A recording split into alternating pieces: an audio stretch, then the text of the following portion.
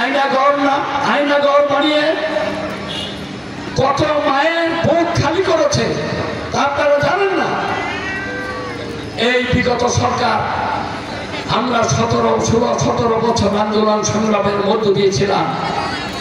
আপনারা জানেন যারা আঘাত করে এই সরকারের সাথে বন্ধুসুলভ আচরণ করে বিএনপির নামধারী কিছু কুলাঙ্গার সন্তান যারা হাইব্রিড বিএনপি করার জন্য সর্বদাই প্রস্তুত থাকে, জনগণের স্বার্থ নিয়ে ভাবে না, তারা শুধু ব্যক্তিগত স্বার্থ চরিতার্থ করার জন্য চায়।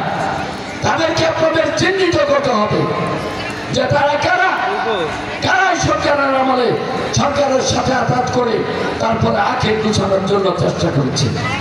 দীর্ঘ 46 বছর রাজনীতির মধ্য দিয়ে এসে এখন আমরা তিনটে ঘরে বসবাস করি, আর এই সরকারের সাথে আঘাত করে বিএনপি নামধারী কিছু দুষ্ট চক্র যারা যখন ক্ষমতা আছে তখন বলে আমরা বিএনপি, আর যখন বিএনপি ক্ষমতায় থাকে না তখন মুখোশ পরে মিছিলের সামনে তাদেরকে আনা যায় না, তারা মিছিলের পিছনে চলে যায়।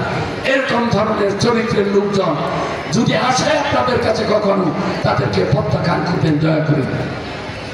একটা নীতি নৈতিকতার প্রয়োজন আছে, আদর্শের প্রয়োজন আছে। সেই আদর্শ ভিত্তিক রাজনীতি যদি আমরা না করি, আমরা 16-17 বছর বিরোধী দলে সরকারি দলে নাই এই মাখন খাওয়ার জন্য যদি আমরা দল ছেড়ে আওয়ামী লীগের সাথে আঘাত করতাম, তাহলে আমার নীতিবোধ বলতে কিছু থাকতো না। সেই হিসেবে আমরা কখনো আঘাত করি না। আপনার প্রশ্ন হলো আপনারা কি ঢাকা যাবেন নাকি কালিয়া করে? আপনার বিপদ আপদ হলে সেই রাত্রি 2টা 12টা 1টার সময় কি ঢাকা যেতে পারবেন? এই যে 24 ঘন্টা সার্ভিস, সকালে যাবেন হেলাল সাহেবের বাসায়, আপনি দেখা করে আসবেন, আপনার সমস্যার কথাটা আপনি বলে আসতে পারবেন।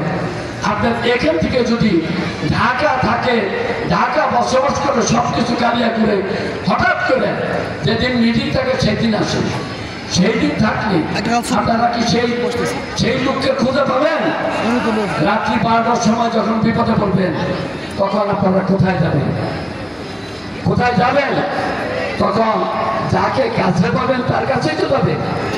আর নেতা, আপনাদের নেতা আপনারা বানাবেন, কিন্তু তার কাছে যদি মনের কথা, দুঃখের কথা, সমস্যার কথা যদি বলতে না পারেন, তাহলে কি সেই নেতা দিয়ে আপনাদের কোনো কাজ হবে? মামুনের আছে, আপনার অনেক সমস্যা থাকে, এই সমস্যার কথা যে নেতার কাছে সরাসরি যে বলতে পারবেন তাকে আপনাদের সমর্থন করা দরকার। আমি তাই বলতে চাই, আপনাদের বিবেক বুদ্ধি দিয়ে আপনারা এটা বিবেচনা করবেন। প্রিয় ভাইরা, আমার বক্তব্য দীর্ঘায়িত করবো না, আমি অসুস্থ ছিলাম। আমি শুধু আপনাদের বলতে চাই যে আপনারা দেশনেত্রী বেগম খালেদা জিয়াকে তার উপর যে অত্যাচার অবিচার করেছে, সে কারণে তার জন্য আপনারা দোয়া করবেন। আপনাদের দোয়ায় সে জেল থেকে বের হয়ে ছাড়বে নিঃশর্তভাবে, তাকে নির্দোষ প্রমাণিত করেছে। আর এই মিথ্যা মামলায় এই নেত্রীকে যে অবস্থা করেছে তার বিদেশে চিকিৎসা পর্যন্ত করার সুযোগ দেওয়া হয়নি। আমরা এমন ঘটনা তীব্র প্রতিবাদ জানাই। আমি আপনাদের বলতে চাই, আমাদের আরো নেতা যে শুধু দেশের বাইরে থেকে আমাদের এই আন্দোলন সংগ্রামকে, এই যে হয়ে গেল বৈষম্য বিরোধী ছাত্র আন্দোলন, এই ছাত্র আন্দোলনের সবচেয়ে বড় মাস্টার মাইন্ড হলো জনাব তারেক রহমান সাহেব।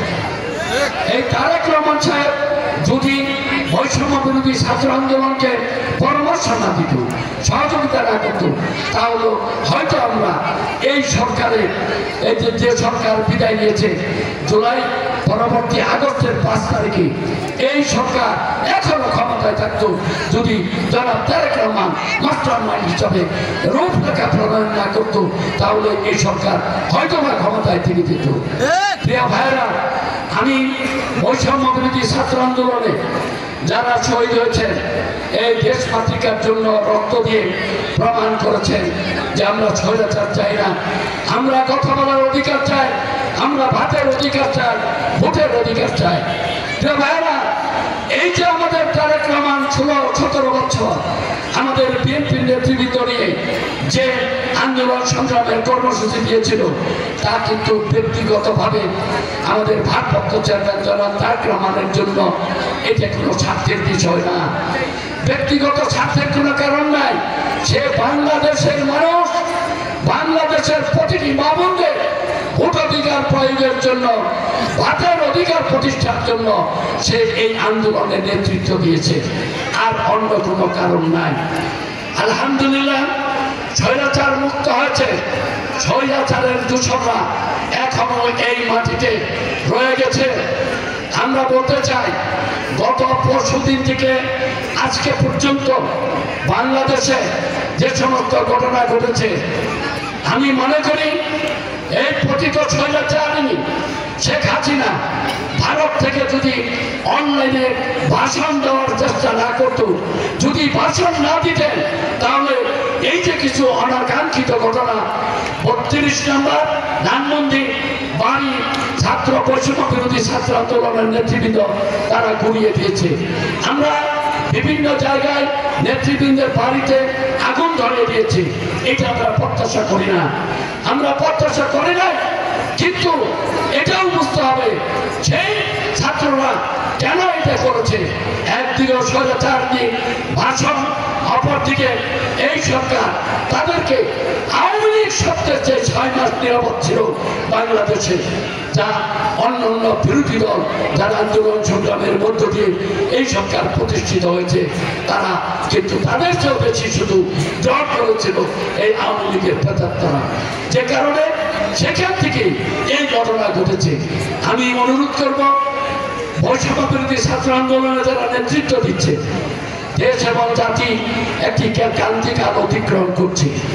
এই ক্রান্তিকাল অতিক্রমের সাথে আপনারা আমাদের ঐক্যের জন্য কোনো সিট না ধরে, আমরা বিএনপি সহ যত বিরোধী দল ঐক্যবদ্ধভাবে আন্দোলন সংগ্রাম করে স্বৈরাচারকে বিদায় দিয়েছি, আমরা সকলে ঐক্যবদ্ধ থাকবো এবং স্বাধীনতা সার্বভৌমত্ব রক্ষা করব।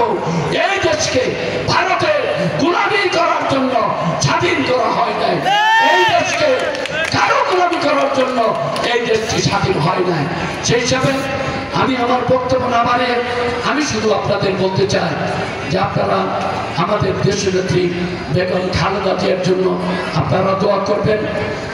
আমাদের ভারপ্রাপ্ত চেয়ারম্যান জনাব তারেক রহমান তার গবেষণা এবং তার রাজনৈতিক নেতৃত্বে যে দূরদর্শিতা, এশিয়া মহাদেশের মধ্যে একজন বলিষ্ঠ পিতার মতো বাঘের করে বাঘ হয়, সিংহের করে সিংহ হয়, নির্মহ নির্লোভ আমাদের ভারপ্রাপ্ত চেয়ারম্যান জনাব তারেক রহমান, জিয়াউর রহমানের পথে আজকে সারা জাতিকে রক্ষা করার জন্য, তার কর্মক্ষেত্র সৃষ্টি করার জন্য এবং সকল প্রকারে। এখানে একটা কথা আছে, 2 বার রাষ্ট্র মেরামতের কারণে 2 বার বলেছে যে এখানে 2 বারের বেশি কোনো ব্যক্তি প্রধানমন্ত্রী থাকতে পারবেন না।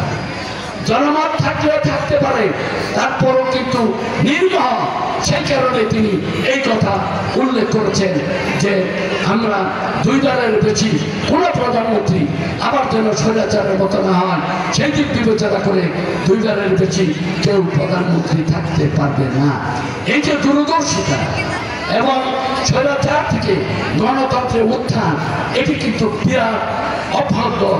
আমার মনে করি যে আমাদের জনাব ভারপ্রাপ্ত চেয়ারম্যান তারেক রহমান এটা তার দূরদর্শিতার পরিচয় দিয়েছেন।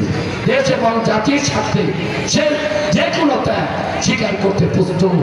আজকে আপনারা জানেন যে তার উপর কত অত্যাচার অবিচার হয়েছিল, কি অবস্থায় তাকে বিদেশ যেতে হয়েছে।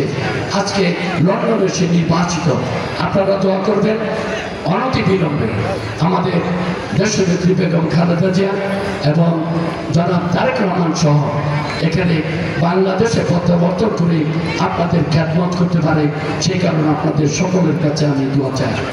আমি ধন্যবাদ জানাতে চাই আজকে 1 নং ওয়ার্ডের জব্বার আলী, জাহাঙ্গীর আলম, 2 নং ওয়ার্ড সোহেল আলী শীতল, 3 নম্বর ওয়ার্ড আলমগীর, আলামিন, মুশারফ,